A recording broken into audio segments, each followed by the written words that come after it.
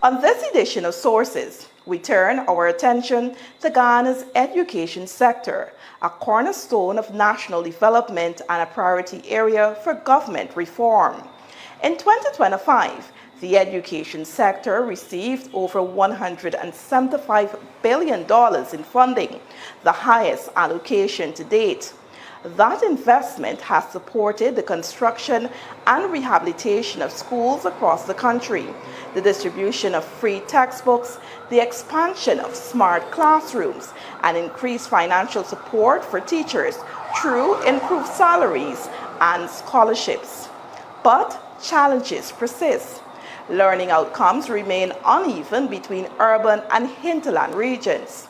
Special needs education is expanding, but there is room for improvement. And there are continuing questions around the future of national exams, students' performance, and whether our current systems are keeping pace with a rapidly changing economy. On this edition of Sources, we speak with the Minister of Education, Priya Manichan, who will address not only the progress, but the pressing concerns.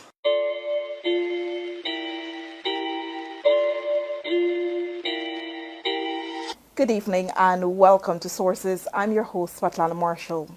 Tonight, we'll be taking a closer look at the education sector. And with me, I have the Honorable Minister of Education, Minister Priya Manichan. Minister, thank you so much for coming. Thank you for having me, Svetlana. I've seen your show and I like it a lot. Thank you. Minister, I must say congratulations on this year's NGSA results, the best in the country's history. Quite an achievement. First of all, walk me through the percentages. Persons want to know what does it mean to reach this milestone. Successes recorded in significant improvements recorded in mathematics, a very challenging subject, but also improvements in social studies, English language, and science. Yeah, so this year we've had, so thank you again for having me. And I think it's great that you have this commitment because we're trying to do a show too based on women and trying to get equality of the genders by discussing some hard topics. And I know how hard it is to commit every week to it. So I'm glad I'm seeing you every week. Yeah, we have had a really great year, but where every single subject, math, English, social studies, science, has done remarkably better than ever before. So not just a percentage here, a percentage there. For example, and I'm actually going to look at figures, in 2020, we'd gotten 39.43% of our children passing mathematics. This year, it's 55.51. That means 55% of the children who wrote got 50% or more. And it's the first time the country has ever crossed 50%. Wow. So, Quite I mean, an that's achievement. a big jump. It's like a 15% jump in 5 years. In English, it was 61.22 in 2020. It's 69%, like a whole 9% jump. Social studies was 52%. It's 64, almost 10% increase. In science, it was 44. It's now 63. That's almost 20%. Math science always gives trouble in not only Guyana and the Caribbean, but across the world. They're the hard subjects. And so it's very extremely gratifying to watch this. But this didn't happen, Svetlana, just by chance. We actually aimed at getting better results through investment and consistent work and hard work. And so what are some of the things we did? We made sure every child got all the textbooks they needed. I know that sounds like a small thing, but prior to 2021, our public school children were struggling along with 2 or 3 textbooks, and the private school kids had access. So take my children at a private school. They had Guyana, Our Country, Our Home, Process of Learning, Grammar, Graded Math, all these books that you could get online if you had a credit card or if you could jump on a plane and go to Trinidad and buy it. The rest of Guyana didn't have that. And so what you used to see was private school children topping. Today, the NGSA results that we announced, you saw 17 children in the top 10. And of the 17, 9 were private school children and 8 were public school children. So you see the gap closing. And that's because they have the same resources. So we have all textbooks they need, past papers, videos on the Learning Channel on every single topic so you could reinforce there. Trained teachers more than we've ever had before, and particularly in the primary general field. And that's in the hinterland and all over in places that were underserved before. Breakfast for every child. The cash grant, where parents get support. And just a collection of resources aimed at making sure we support our children, we support our teachers, we support our parents. We also had incredible monitoring of teachers and individual classrooms, because what we knew was that sometimes the work wasn't getting taught, or it wasn't getting taught effectively. So we literally went classroom to classroom across this country.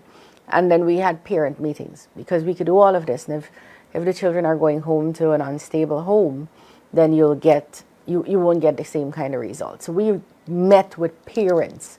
Valika Jaikishan went to Region 6 and met with parents in groups in their schools. Rabindra went to Region 2. Marty went to Region 1. We did this all over the country. As a result of that, instead of 49% of our children passing with 50% and more, we're recording 64% this year. Overall. So 64% of our children got more than 50% of the marks. We've never seen that in Guyana, and it's only going to get better. So it's not, it's results that we worked hard for, and we were a little, I guess, fingers crossed and a little cautious about being too optimistic. I saw a message from the ACO Primary saying he had hoped in his lifetime to see children scoring less at the... So what happens with the standardizing of the score is that the better the country does, the lower the score will be. And he said he had hoped his whole life to see under 500, but he didn't think he'd be able to see it. And today the highest score was 480 something. So we have gone on to the 500. So it was a lot of consistent work and hard work put into trying to make sure that this is the result and that it grows. I know mathematics, like you said, is not only a problem for Guyana, but across the Caribbean and across the world. What were some of the programs that were implemented that may have resulted in the results we see today, 55% and more? I think half of the problem with math is people being very afraid of it. And I see that with myself, my own children, and the people people translate to teachers too. Teachers are afraid to teach mathematics and afraid to step outside the box in teaching it.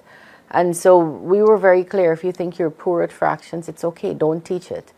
Go to the videos on the Learning Channel, go to the videos we have on YouTube, call in a teacher from a nearby school who is good at it, or when we come to monitor, go ahead and have that person teach your class.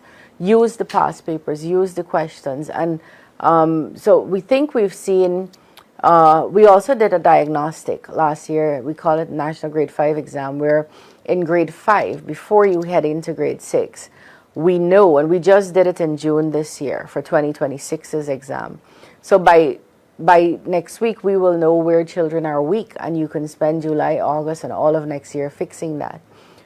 So what specific things helped? One, that they have the textbooks that they can practice on at home. Two, that they have supporting videos on the Learning Channel and on various YouTubes. In the hinterland, it has been on flash drives as well as on the Learning Channel. Three, that we went in and retaught teachers how to teach some of these concepts for a bigger consciousness. That this is not something that you have to be afraid of. This is just something you have to practice. Practice. And so some of those sound like small things one by one, but when you put them together, this is the result you get. Okay.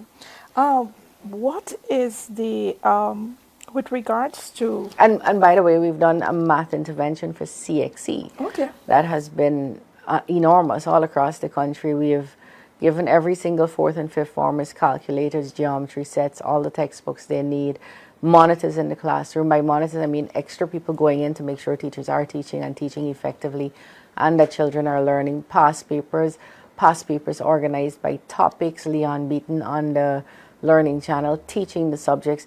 So I actually expect, I'm hoping again to see good grades at CXE this year for mathematics. Okay. You've spoken earlier about the number of students who form part of that top, I think 17 of them was in the spotlight for topping the country. Overall, just over 900 students will attend the national schools, secondary high schools in the country. When you look at those coming from private schools and the public schools, how the numbers are looking? So, you know, it's 901. So that's a good question because that's actually a statistic I collected because I wanted to see it. It's 901 who were placed at QC, Bishop, Saints, Roses, and Josephs. That's what we call our national schools. National because wherever in the country you live, once you got marks for those schools, you'll get awarded the school. Of course, you can always ask to not go. So let's take the children from Essequibo. While I was giving them their little trophy and the flowers, the ones from Essequibo, I said, well, are you coming? I said, no, we're staying at Anna Regina.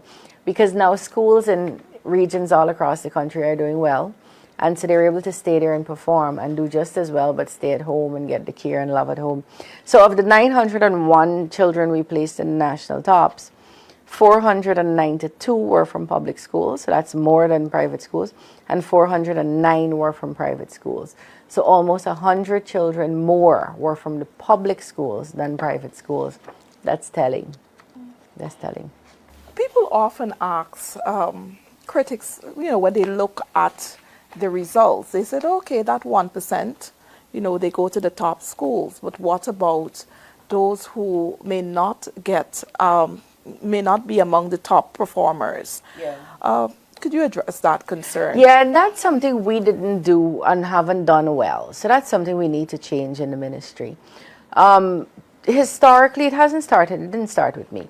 Historically, once you got into Queen's College, you did well and smart and whatever. And the other schools performed really poorly. That's not true anymore. So the child who got Brigham has gotten about 93%.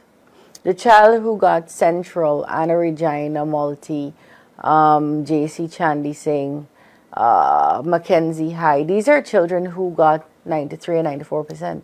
So they didn't get 100%, which is hard to get, but they got very high in their 90s. And more than that, you see those schools. Christchurch gives us a pass rate at CXC in the high 90s. So 90-something% of their children pass CXC. And by pass, I mean matriculate and graduate with 5 or more subjects. So the schools are doing better. But historically, we've celebrated these national schools. And that's something not only the ministry has done, but the nation has done. But it's no longer true that if you don't get one of those schools, you can't function. In fact, it's completely the opposite. Anna Regina in Region 2 has topped not only Guyana, but has topped the Caribbean 1, 2, I think in excess of 4 times. One boy from from the Wakenham Island Secondary School topped the entire Caribbean in business. And it's a funny story. When he topped to get his CXC award to be able to go to UE, he has to do Cape. So he came down here to do Cape, and we placed him at Queen's. And I said to him, I said, oh, you don't have to top at Cape. You just have to, you know, do well because you just have to pass because you already got your award. But they need you to get Cape before they'll give you this award. Comes here and tops the Caribbean again at Cape. So it doesn't matter which school you go to anymore. We had children topping TVET in the Caribbean from New Amsterdam, topping agricultural science in the Caribbean from Diamond Secondary. So it's no longer just the top schools. Okay. Some persons though may say... And you know, just to interject, and parents from the top schools would know this very well, the rumor in the ministry is that the teachers in the top schools don't teach as hard as the teachers in the other schools. And the top schools have some of the same issues that the other schools have. So there's nothing special there that would allow a child an advantage over and above a child who didn't get one of those schools. The same textbooks we give to the children at Queen's College is the same textbooks we give to the children at Richard Ishmael, to the children at North Rumville, to the children at Campbellville Secondary, to the children at St. Ignatius. Same books. Same teachers get trained. The teachers get trained at the same college, Cyril Potter College of Education. The laboratories and the facilities are being built out to make sure they're all the same. So it will come down to very soon, which is what you saw here. It wouldn't matter where you go. It's going to be equality across the country. For some parents, I know the ministry had taken a decision where once you don't get the top schools, I may frame it incorrectly, but you could correct me. Once you don't get the top schools, you are placed in a school close to your area, catchment area. Yeah. Why that decision was taken, and is it working? It's always been how it is. So they're the national schools, which are called national because wherever you live nationally, you get them if you get the grades. And then thereafter, you're placed in accordance with your mark close to where you live. So they're list A, list B, list C, depending on what your mark is. Remember, 64% of the children this year got more than 50%. So that's amazing. Yeah. So you would go to a school close to where you live, depending on the grade you got. And like I said, the effort is to make sure every single school is giving the same service. Now, I'm not going to sit here and tell you that's easy. That's a whole culture change. Some teachers go into school and decide, some parents, other stakeholders, oh, well, this is now one of the top schools, we don't have to work. But that's not what the ministry expects, that's not what the government wants, and that will change. And that is beginning to change. But we have to really focus on how we get that change happening to make sure that there's accountability in every single school. Okay. We've spoken quite a lot about NGSA, and once again, I would like to applaud you on this year's achievements. Quite an achievement, securing 55.5% in mathematics, and I know that is a big, big deal. I want to take you back to 2020, when you first became Minister of Education, to speak about the state of education in the country and the investment looking back 5 years now. What was the investment made over the years? And what were some of the primary areas that ought to have been addressed, that you had to address? Yeah. So, when I came into office in 2020, the first day, I came upstairs and I said hello to the staff who was here, they were Nicolette's staff, and they still are here, all of them. And I said, I'm going to spend the day in the boardroom. And I went back down, and I started sending for different people from different places, answered exams, because we had to prepare for the next year's exams, Georgetown's PU. I started meeting people. So for the first week, I spent the entire week in the boardroom, just meeting people, not chatting, because all schools were closed. Yeah, it was the pandemic. It was the pandemic. And it's important for you to also address that. So we had an election in March, but even before the election, people stay home, they're afraid of elections and all that. And then we had a school closure because of the COVID-19 pandemic. And schools had not been reopened, and the state the country was in. The minister at the time was in a government that was fighting to stay in office. They weren't addressing education needs. This is just the reality, or how we would educate the population and how children would receive education. So these kids went without. The private school kids, they jumped online and they created Google Classrooms and all that. But the public school children were left without any engagement. And that continued until about October, when we started up the Learning Channel, teaching on the Learning Channel. And even then, Learning Channel was only available to the coastland. That's when we said, no, we got to expand this into the hinterland. I'm happy to say we're at a 97, I think they told me, % coverage in the hinterland and riverine areas where we have the Learning Channel, where we give television sets, solar panels, and satellite to all the schools so that they could access this. And that was a really, really testing time, because, now everything looks easy, but we didn't know we didn't have vaccines. We didn't know how we would write exams. We didn't know how we would engage these children. We didn't know how we would defy the predictions, because by then the academics had started coming out with what would happen. And the predictions were that we'd have massive school dropouts, numbers, school leaving. They call it school leaving, we call it dropouts in Guyana. Yeah, that was very frightening. I'm thinking, oh my God, half of the population won't get schooling. They'll just leave.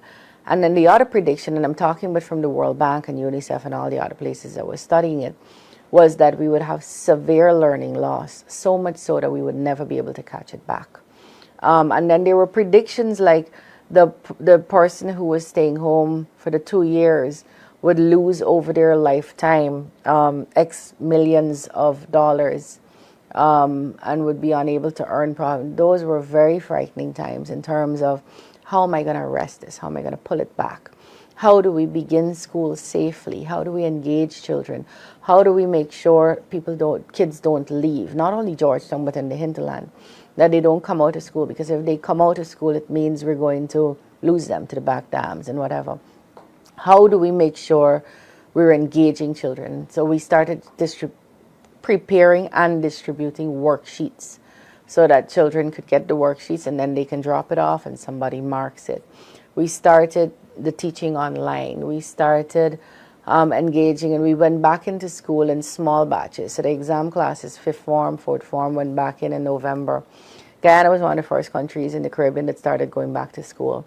And we invested heavily in sanitizing and masks and trying to putting sinks and hand washing facilities in all our schools across the country, and just trying to get back to a sense of normalcy. And I'm really glad that we're seeing that that was the right decision, but at the time we didn't know whether it was right or wrong. The only thing I knew for sure is, look, Priya, you can't do nothing. That's not an option. Too many children are going to go down the drain here, are going to fall by the wayside. So there's no choice. We don't have a choice of saying we'll do nothing or we'll do something. We have to do the something, and in doing that something, it has to be measured and sensible and careful. And that's what we did. Okay. Now after the pandemic, one of the things you've done as a minister, and you emphasize, because I have, the privilege of covering the education sector and covering you as a minister, you spoke significantly about training and, having almost 100% of the teachers in the system trained, attend CPCE, and even are encouraged to attend the University of Guyana to do their bachelor's. What is being done to retain those teachers? So I wanted you to address the importance of training and what you're seeing in the schools, particularly in the hinterland, teachers, how they're getting the opportunity to train, the training that they're undergoing, but importantly, to address the issue of teachers leaving, if that's an issue, and how you're retaining them. So that was one of the beautiful things that came out of COVID, if there's anything that we could say was beautiful. When I came in, the college was closed, and there was the only training college in the country, the Cyril Potter College of Education, as was every other learning institution. And there was no prospect about when it would open, because the thing about CPC is it was in person. You had to come and stay in a dorm, and you weren't allowed to stay in a dorm because that was community, and we weren't allowed to be in a community and dwelling with each other because we could spread COVID and so on. So the first meeting I had with them, I said, look, we got to go online. We got to take this college online. And if we take the college online, because there is going to come a time when we don't have COVID, and then we will not have trained teachers because people would have retired, died, left the system, and when we would have even less than we have in 2020, than we had in 2020, which was already a deficit. And so we took the college online. Wholly online, but not solely online. Okay. And by 2021, I think it was about July in 2021, we started up online. And that was one of the best things we ever did, because what's happening now is we had one Cyril Potter College and 14 satellite centers, like at Reed and Hoop and Lethem and Maruka. Now we have one CPC, 14 satellite centers, and about 221 sites where teachers are training. So at Guns, the last village in Guyana, at the bottom of the map, their teachers, 7 teachers are training there right now. At Bashai Zone, which is on the border of Brazil, which is really, really far in deep south Rupununi, teachers are training there. In Monkey Mountain, teachers are training there. In Region 1, teachers are training. Parabara, Deep South. So almost every village you go to, you see teachers training. And they didn't have to leave their homes. They didn't have to leave their children. They didn't have to leave their families. And so they are able to stay in their village and teach as they train, but train. As soon as that training is finished, they're going to be able to go to the University of Guyana and become trained graduates, because the University of Guyana, at our request, also went online. You know, Professor Mom is very accommodating with meeting those needs. So she took the entire education faculty online. And so teachers are now able to stay in their villages and get degrees on education degrees. So they're trained graduates. Now, 2 things happen. 1, you get a better quality in the classroom, but also 2, that teacher gets a better salary and a better, the ability to meet their calling better, because they get to be the best they can be at it. And so it's really beautiful to watch that. So we actually have about 9,000 teachers trained or in training right now. Over the last, by August of this year, we would have graduated about 9,000, no, sorry, 2, 4, 6, about 6,000 to 7,000 teachers who would have been trained, which is, again, the largest number we've ever done. Hither, before 2020, before we went online, the largest number of teachers we ever graduated in any batch was 535. In 2022, it was 1,700 and something.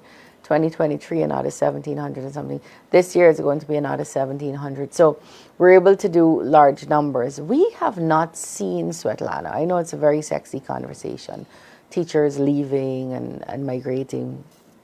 We haven't seen it. If I'm to give you the numbers, I can give you that after, not tonight.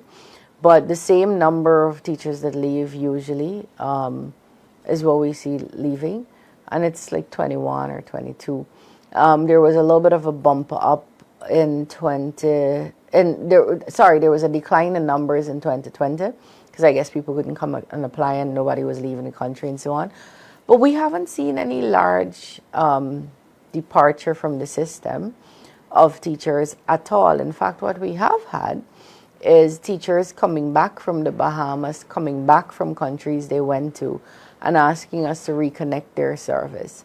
So is that something we'll suffer from in the future? Perhaps. The world has now become a village where people travel freely and there are these exchange opportunities and so on, but we haven't, thankfully, we haven't had any big departures from the system. And is absenteeism a problem for teachers? Yeah, well, for us and students, yes. Yeah. On any given day, you have about 30% of teachers absent. And so I spoke about accountability in the system. If you have a teacher who's absent 30% of the time, you're really robbing kids of what they can get and what they deserve and what they're entitled to and what we're investing in.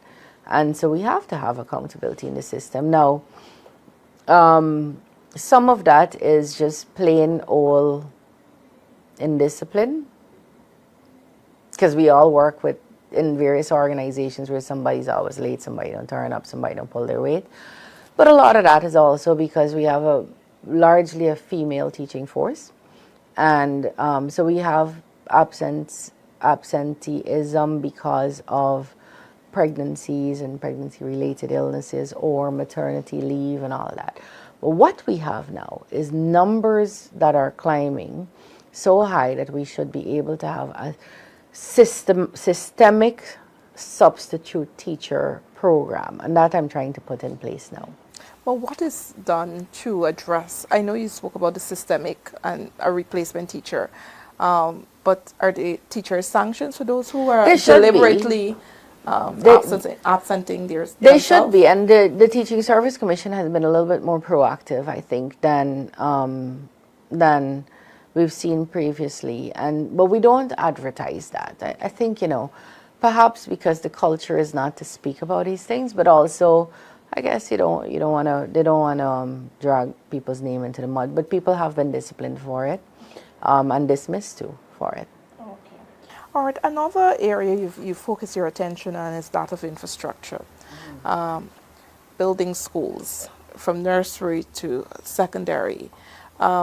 What's the investment looking like, and how many schools you were able to build over the last 5 years? So to give you an example, let's go to secondary. We're currently building 39, built or are building 39 secondary schools in the country.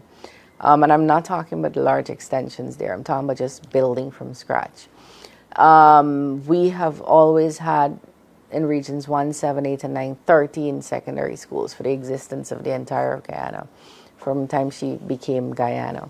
We're now building 22 secondary schools in regions 1, 7, 8, and 9. It makes a big difference. And to give you an idea of the big difference that makes, so I'll give you two examples.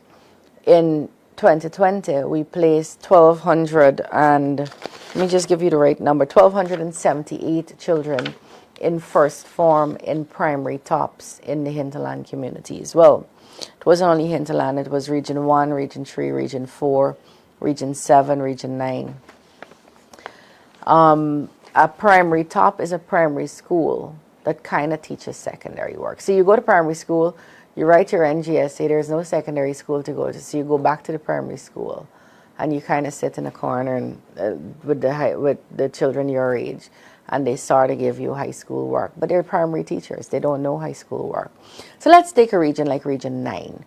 In 2020, 111 children, first formers, were placed in primary tops. In 2025, 0 first formers were placed in primary tops because we've built or are building 9 secondary schools in region 9. Let's take region 3, right across the river. That's not the jungle, that's not hinterland, it's not riverine. We placed 299 children in region 3 in primary tops in first form. In 2020, in 2025, we're placing 0. Why is that? Because we built the De Willem Primary, we finished off De Willem Secondary, we finished off Westminster Secondary, we were building a Neem Secondary, we're building a Crane Secondary, we're building a Tushan Secondary.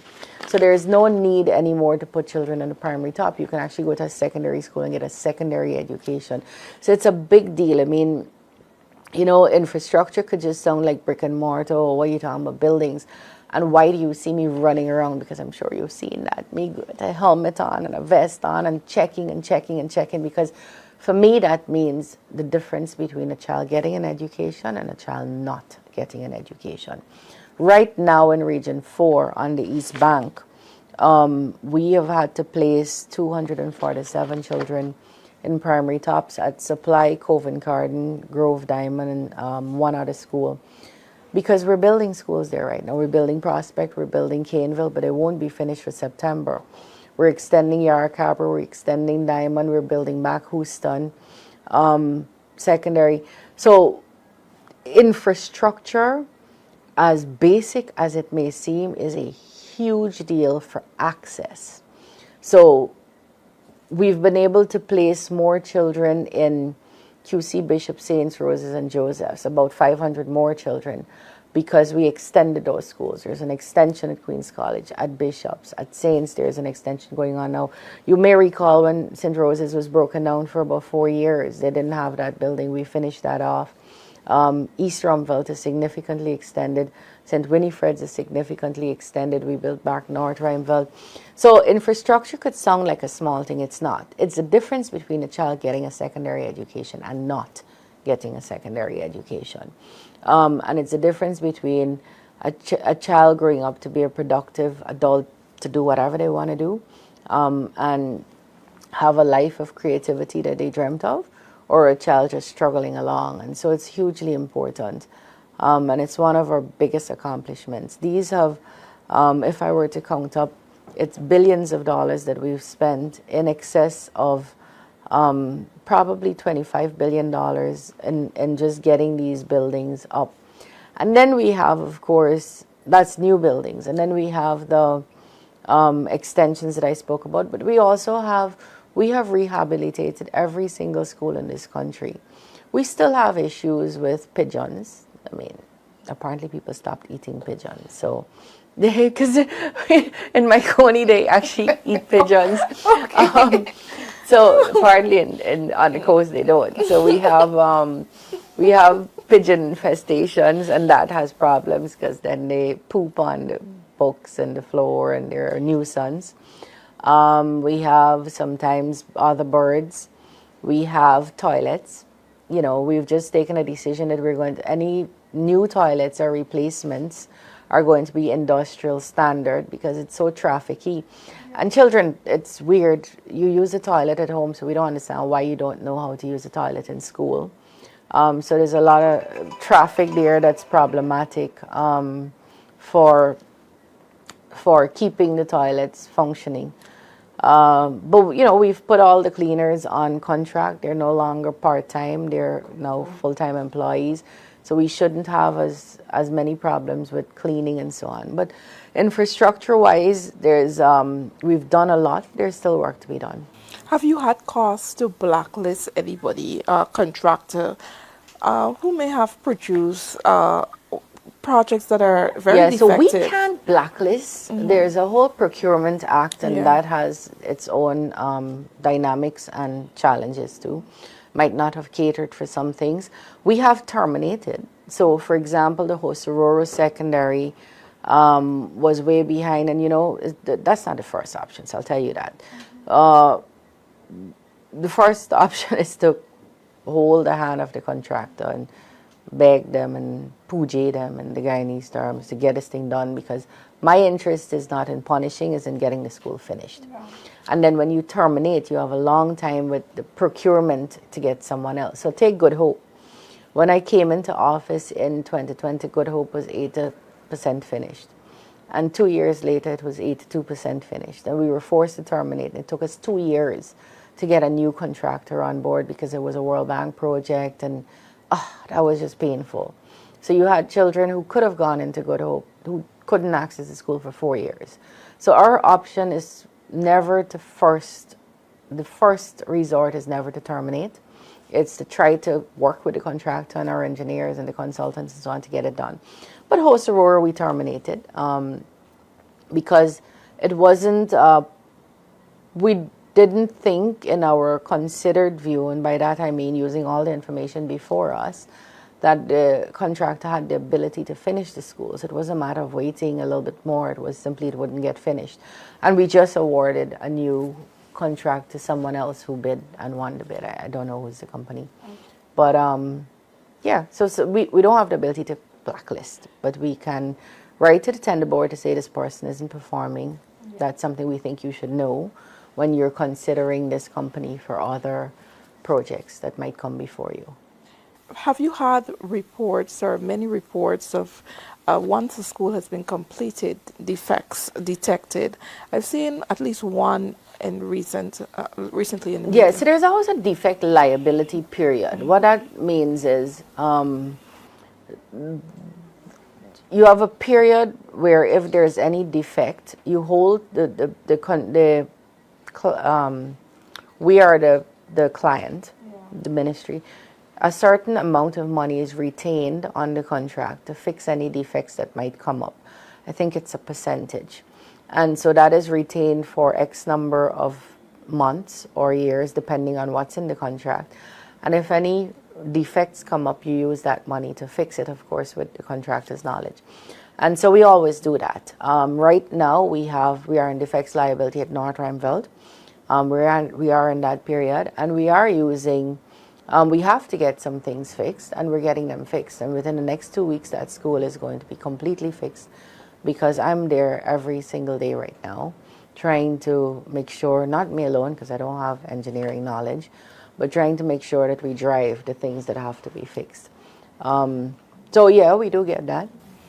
Minister, you spoke about infrastructure development within the education sector. You spoke about programs and training of teachers. how close the country is to bridging that gap between the hinterland and the coastland, the education gap? So that will depend on several things. We see a direct correlation between trained teachers and results, but what is the education gap? You can't take a 185-year-old Queen's College and compare it to a Upukari that we opened in Easter. They simply don't have the years of tradition and so on. But what we could do is make sure Upukari has exactly what Queen's College has. It has a school song, it has a head teacher, it has a school uniform, it has rules and regulations, it has clubs that might be relevant to that area, it has subject teachers, it offers a wide variety of subjects, it has sporting places and equipment. So you can offer the same resources and subjects and variety and quality of education, so that whether you stay in Upukari or you come to Queen's College, you are producing a student at the end of 5 years who is ready to be competitive in whatever field they decide they're going to pursue. And so bridging that gap, that's the thing about education, you have to have a little bit of patience. I don't have much, but the cycle is of 5 years. You don't really see results right away. And so we gave textbooks in 2021. Now is when we're seeing, and the school feeding and breakfast and trained teachers, all that. We started 2021, 2022, but you're now seeing the results, because remember, a child goes through, if you give these things to a grade 6 child, for example, it's unlikely that in the 9 months they're in grade 6, you're going to see results. So you had it from grade 1, grade 2, grade 3, grade 4, grade 5. You start seeing results in the 5th year. What program is in place to address special needs education? So that's one of the issues that is getting special attention. We're building our first deaf school at the Cummings Lodge. I'm really looking forward to it. It's a nice design. We're building the first autism school. We're looking at tuition.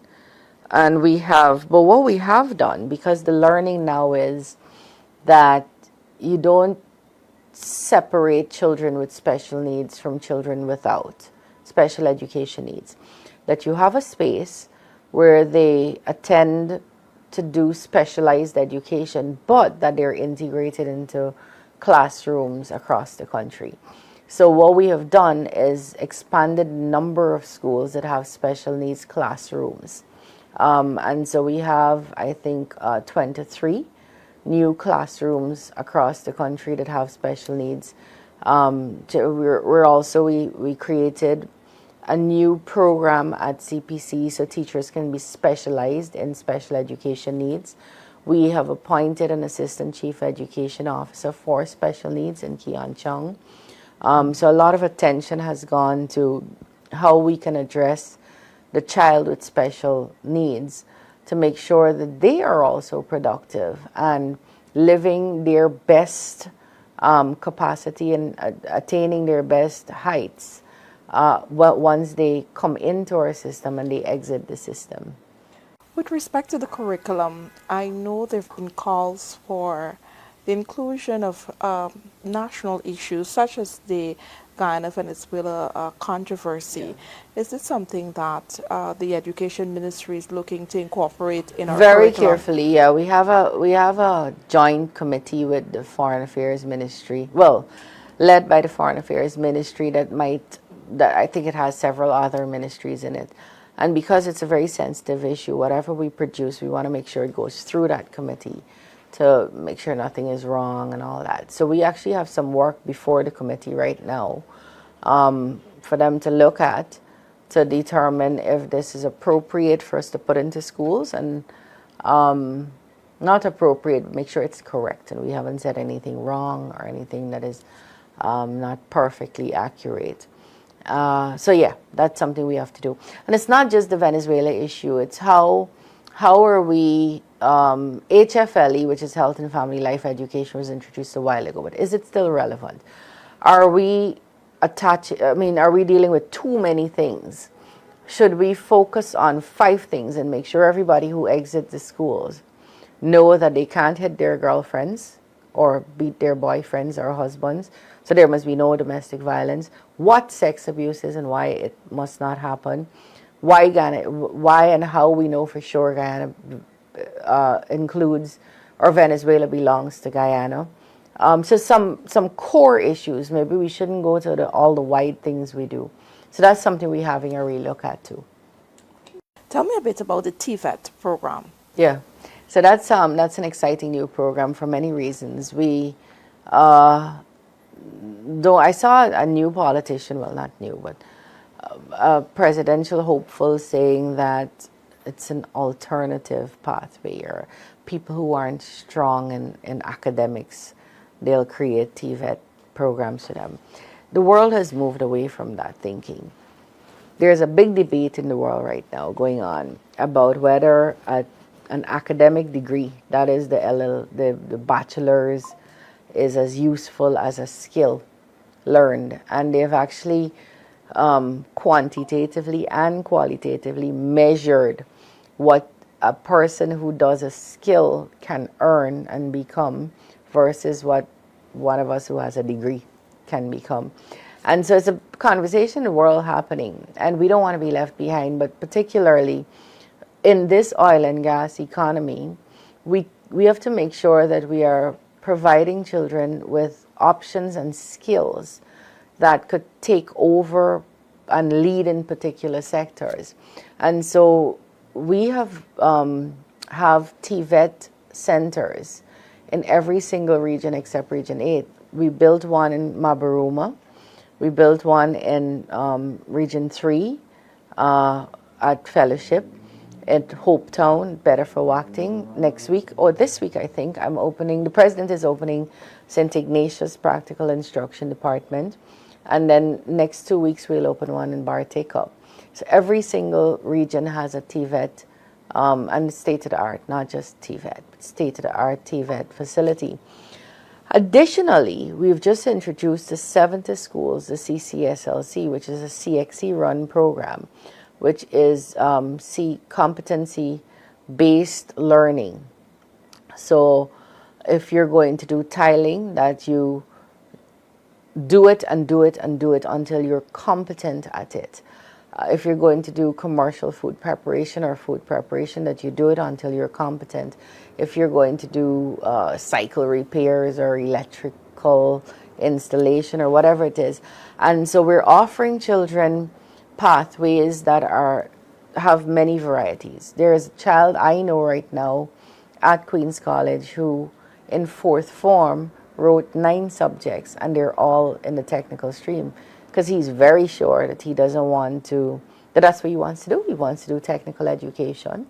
And in my time, when I was at the same school, technical education was looked down on. If you saw somebody with a T-square, you kind of was like, okay, they're not in the science stream, they're not that bright. Not anymore, not anymore, that's changed. And it's now the engineers and the masons and the skilled people who are in demand and who are going to be guaranteed work in this kind of country. And so we have to reform the education system to make sure we are catering for that. And I was going to ask about that. Guyana is now has the fastest growing economy in the world. We have a booming oil and gas sector. How is the education sector being developed to cater to not only the oil and gas sector, but other sectors, budding sectors and industries that may be popping up as a result of what is taking place in the country? Yeah, but you can't load up secondary education too much. What you can do is give a wide variety of exposure there, and then make sure that at the University of Guyana, which has become free since January, and we're also wiping off debts, as well as on the other scholarship programs, for example, the Guyana Online Academy of Learning, which is a medium through which 39,000 people, mostly young people, have studied or are studying in various fields, tourism and ecotourism and hotel management and hospitality services and all the other things that the new Guyana is going to need we can't do all of that in the secondary school, but we can make sure that the children exiting have opportunities. And so one of that is, like I said, 39,000 children, well, people, mostly young people, are studying at 20 foreign universities at no cost to themselves because the government is paying for that. And so there are some introductions. So the Cape from CXE has introduced tourism studies. They've introduced animation, because that's a big deal now. Everybody wants to be a gamer. And so CXE also tries to be relevant, but to load up the high school with everything that Guyana needs might not be the way to go. What we have to do is to make sure we prepare students who can make wise choices and have the ability to choose and the access to those courses once they exit high school, which is what we're doing through GOAL and the University of Guyana. Okay. When you look at your performance over the past 5 years, when you look at the investment, when you look at the issues, do you think that you've done enough for the ministry?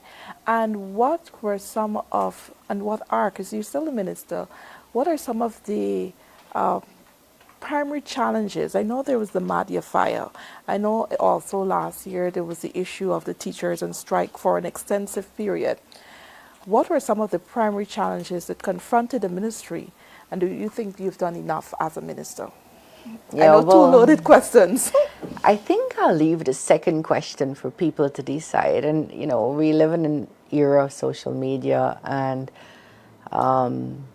if we were to judge from the very nice things people say about me on social media, I'd say, you know, I'd prefer to leave it up to people to decide if I've done enough. I have worked really hard, and I don't think I've wasted any day really, like wasted, didn't do anything, and that's satisfying.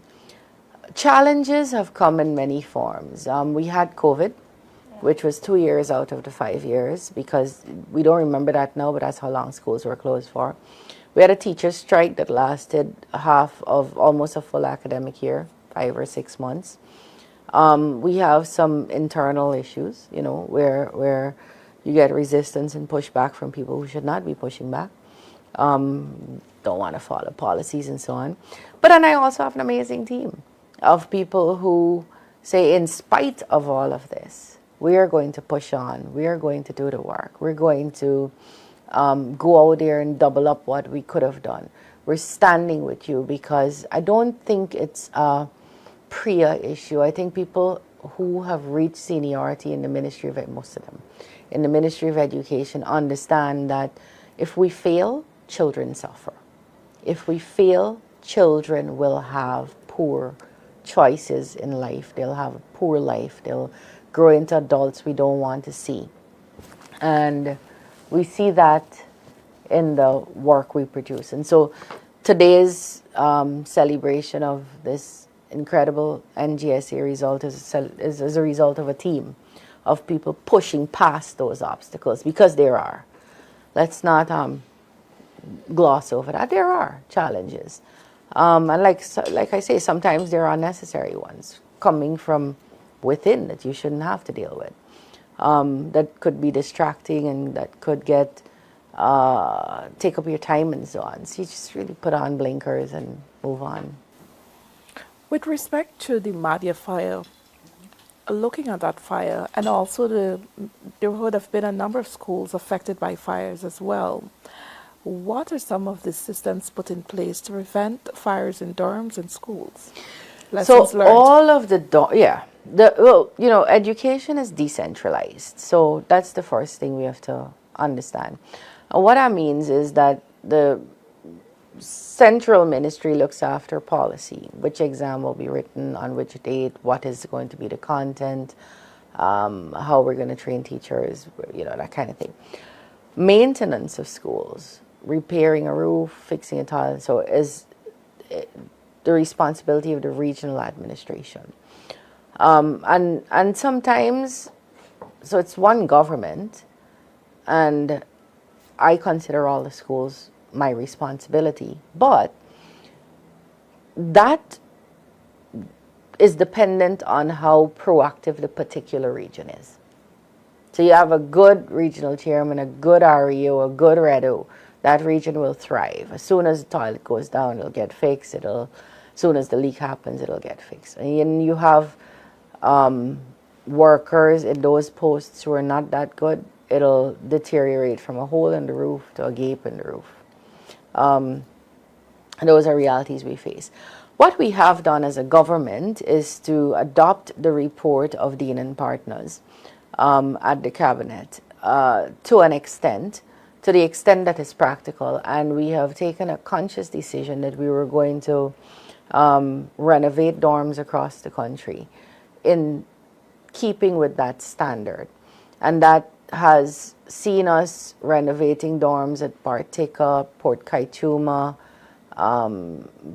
Santa Rosa, just about everywhere, at hundreds of millions of Mabaruma, hundreds of millions of dollars, because the dorms that were initially built were not built to standard. So sometimes you have to actually put on a whole new block, because we want X number of square footage per student, X number of toilets per, or X number of students ratio, student toilet ratio, So a lot of money is going into reforming those dorms and renovating those dorms to those standards. The thing about the Madhya fire is that someone set it. Same thing with Northwest Secondary, same thing with Christchurch.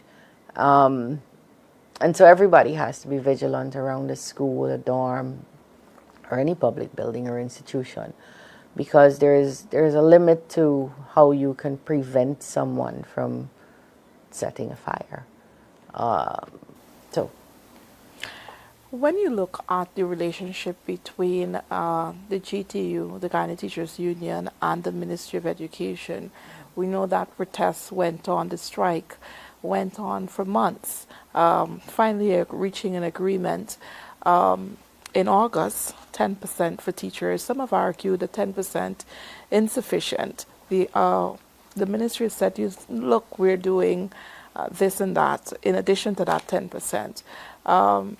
Do you think politics, in a sense, would have affected the outcome of negotiations or the way the negotiations went down? Do you think there's anything different the ministry So could I have was done? really surprised when the union went on strike. First of all, I'm a union fan, not GTU alone, a union fan. But my mother was a member of GTU.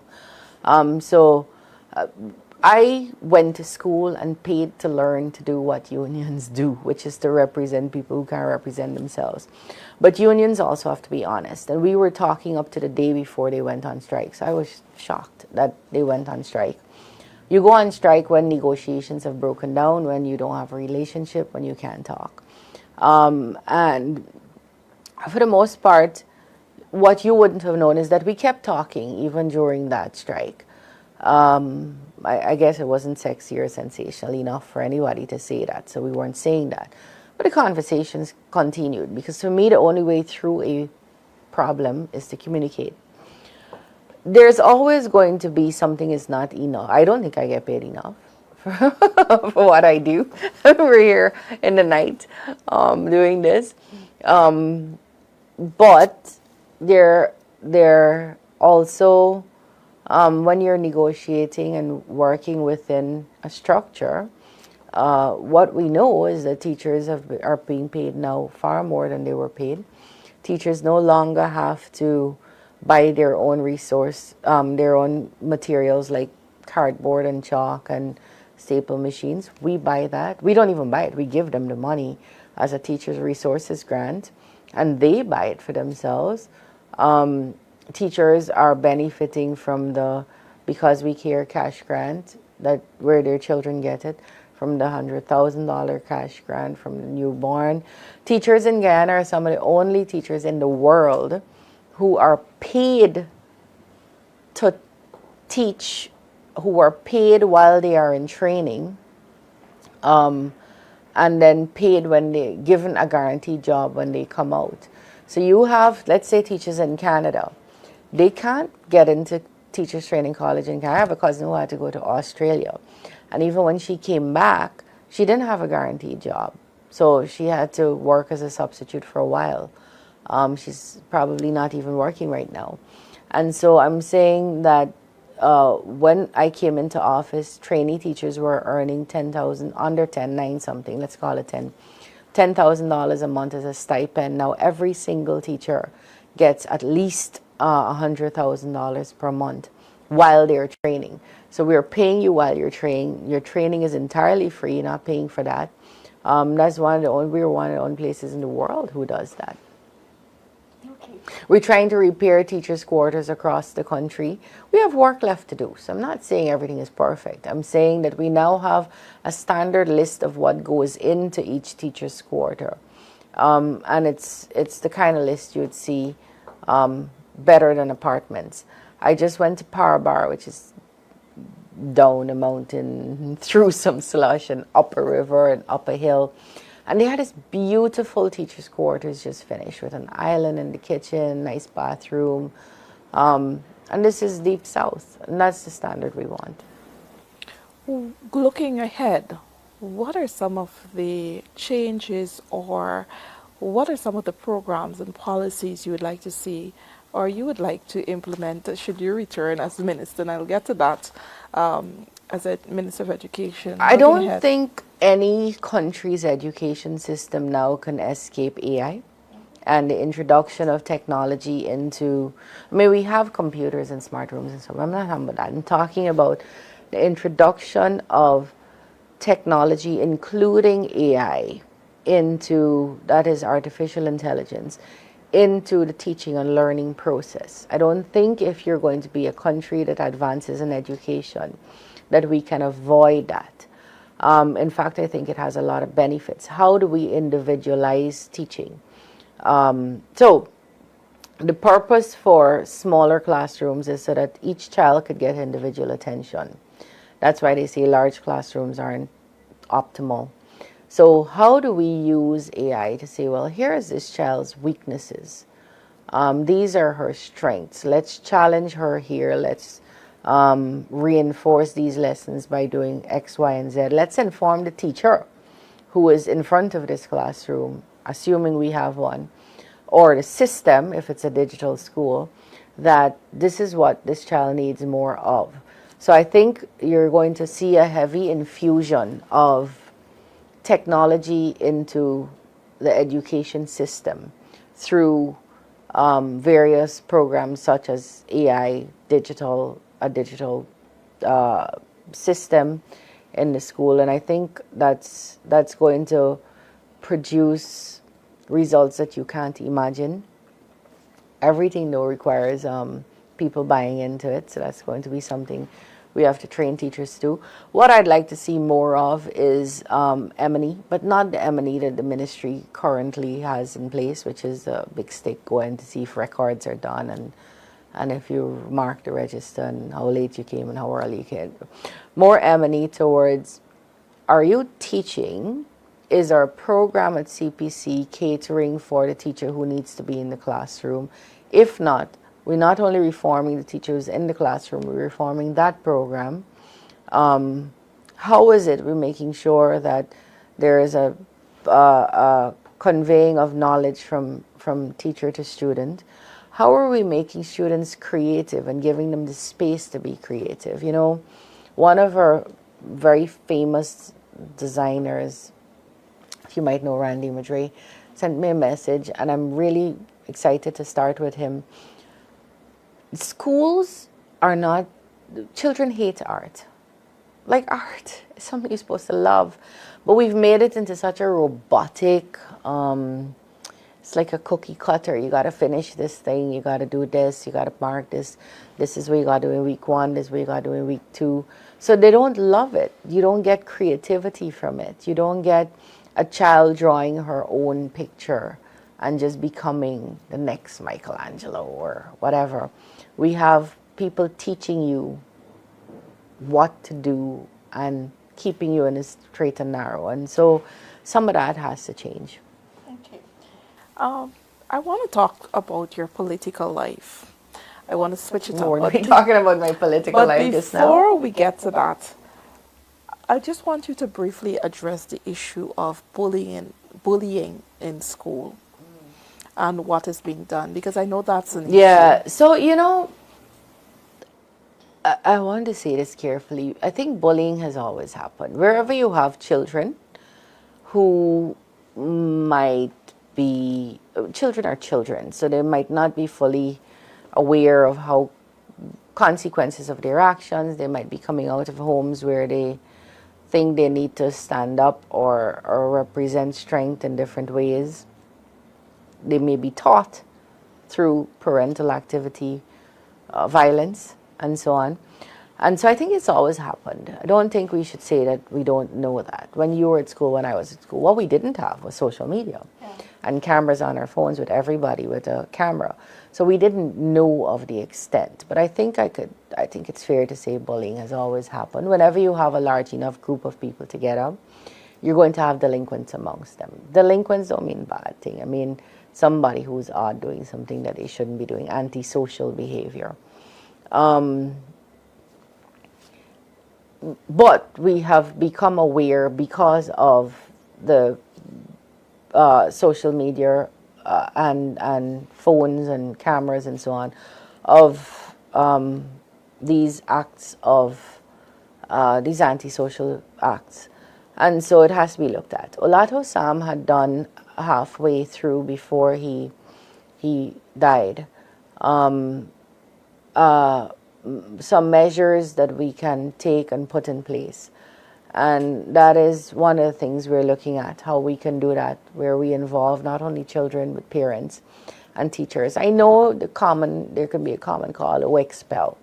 And that sounds nice, but you're still talking about children. They still have rights. And whatever we do has to be in the best interest of both children, or all of the children involved, the one who is being bullied, the one who is bullying. What we have done is, for the first time ever, we have about 93 of our schools, this was consciously done, that have guidance and counseling officers. Some schools have more than one, where we thought the need was there. We have 117 secondary schools, so that's a large number of our secondary schools with guidance and counseling officers in the schools, which should reduce the number of instances where children do not know how to channel their frustrations and antisocial feelings. And so I'd say it was successful, because I think we were seeing a lot more before we put the guidance and a lot more reports before we put the guidance and counseling officers in. Are all of them working the way we'd like them to work? No. And where we find that that's right, they're on, we'd have to retrain or let go of them, because that's an extremely important job in the schools. Okay. Minister, you served, before taking up the post as Minister of Education in 2020, you served as the Minister of Human Services and Social Security. You joined Parliament in 2006, if I'm correct. We're now heading into another election cycle. Are you going to be featured on the People's Progressive Party civic list of candidates? And should the PPP win the elections, do you see yourself in a bigger role in government, or would you want to return as the Minister of Education? Where do you see yourself in the next 5 years? My support for the PPPC is unshakable. I don't see another political party that can govern Guyana to take her forward, and to take her forward together as a whole country. The People's Progressive Party civic, while I can't say I was born into a family that was highly connected in the party, has shown consistently, for all the time that I've been paying attention to them, policies that are pro-poor while being pro-development, while giving space for businesses to grow, looking at farmers and children and women and businesses and oil and gas and everything with clarity.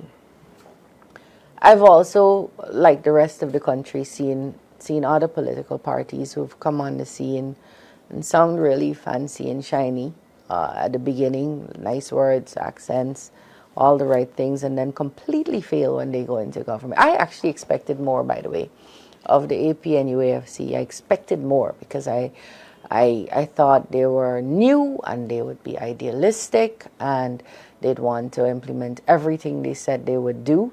And once they did that, the whole country would rise together. And they did the opposite. They fulfilled zero promises. They didn't do anything they said they'd do in education. They didn't fulfill their 100-day promise. They were a huge disappointment to the country, and people suffered. And when I say people suffered, I saw people suffering: farmers, sugar workers, women, children, the taxes, old people. So there's no party that I see at this point that could govern Guyana better than the PPPC, who governs along with people. I mean, they are always listening and so on to what people want. So, yeah, unshakable support there. So you're going to be on the list of candidates? So that's not how the party works. Okay. I mean, you asked two questions about list and government, right? The party doesn't tell you what you're going to do or be, I think, and I like it that way.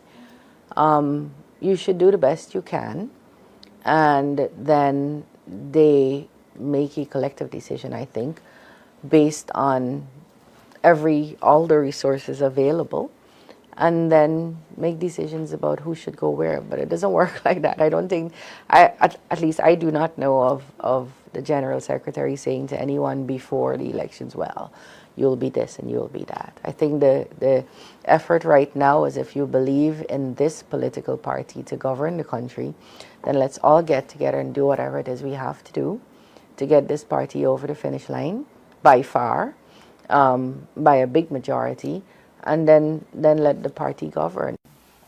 But would you want to return as Minister of Education, or do you see yourself in a larger role, playing a larger role? Wherever service is needed, I'd be happy to serve.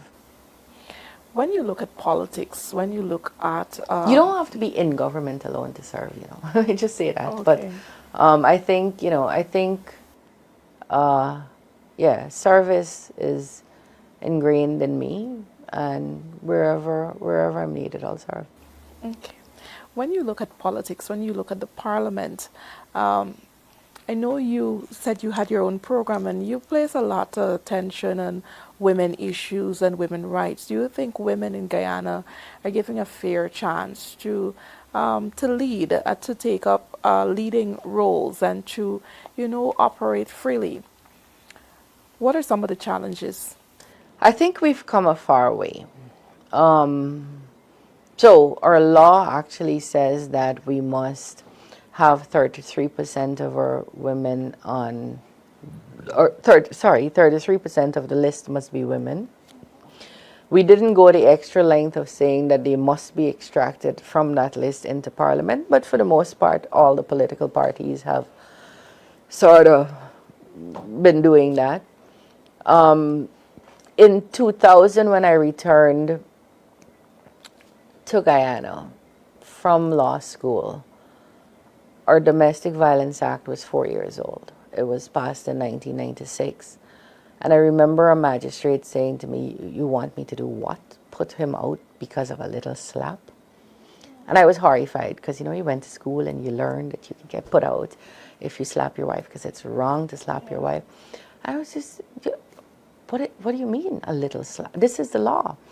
That's different now. We all recognize there's nothing like a little slap. A slap is a slap.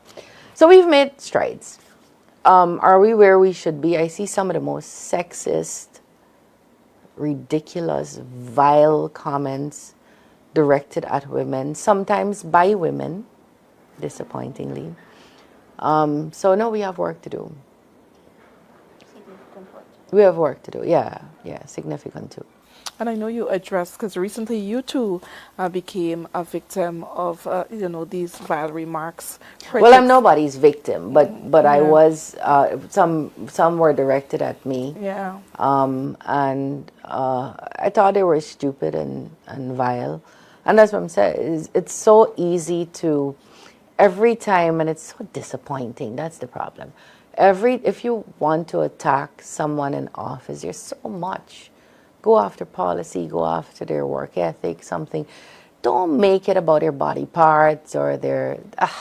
It's old, it's tired, and we all have to rise up against it, not when it's convenient or not because we're afraid that the person is going to go after us next. So I'm looking forward to a day where we have a consistent position on rejecting that kind of sexism. Now, I know, I don't know how the party works, but I think by now it should be formulating its manifesto. What are some of the policies you would like to see feature in the next government with regards to women rights, with regards to education? And I know the Guyanese people won't forgive me if I don't ask, would the PPP be proposing an increase in the grants, the education, because we care? Should they form the next government and things like that?